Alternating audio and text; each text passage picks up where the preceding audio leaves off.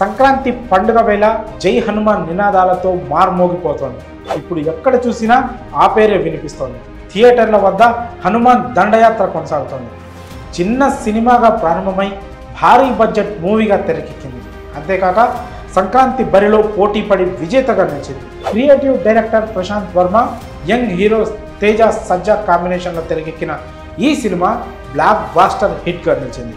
ఇప్పటికే 3 రోజుల్లోనే మంచి వసూళ్లను రాబట్టింది. సంక్రాంతి పండుగ అయిపోయింది, కానీ హనుమాన్కి అసలు పండుగ ఇప్పటి నుంచే మొదలవుతుందని ట్రేడ్ వర్గాలు చెప్తున్నాయి.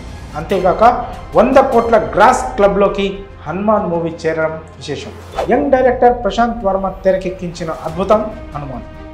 ఈ సినిమాలో ఆయన డైరెక్షన్కి ప్రేక్షకులు బ్రహ్మరథం పట్టారు. యంగ్ హీరో తేజ నటించిన ఈ సినిమా సంక్రాంతి కానుకగా జనవరి 12న ప్రేక్షకుల ముందుకు వచ్చిన విషయం తెలిసింది. ప్రపంచవ్యాప్తంగా విడుదలైన ఈ సినిమా బాక్సాఫీస్ వద్ద వసూళ్ల దండయాత్ర సాగిస్తోంది.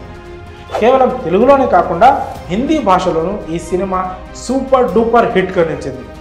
సూపర్ హిట్ టాక్ అందుకోవడంతో ఓపెనింగ్ రోజే కంటే తర్వాత 2 రోజుల్లో హనుమాన్ ఎక్కువ ఆక్యుపెన్సీతో రన్ అవుతుంది.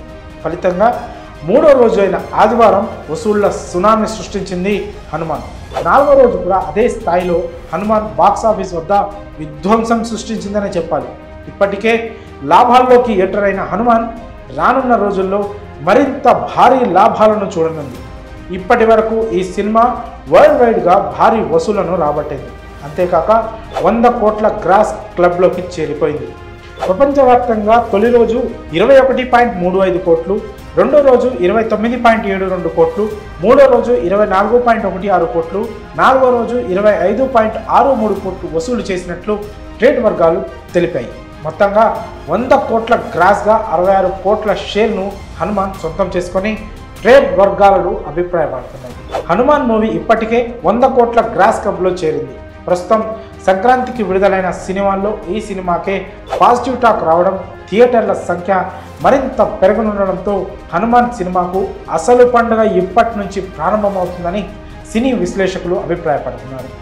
భారీ లాభాల్లోకి హనుమాన్ దూసుకెళ్తుందని ట్రేడ్ వర్గాలు అభిప్రాయపడుతున్నాయి. మరి హనుమాన్ మూవీ 100 కోట్ల క్లబ్లో చేరడంపై మీ అభిప్రాయాన్ని కామెంట్స్ రూపంలో తెలియజేయండి.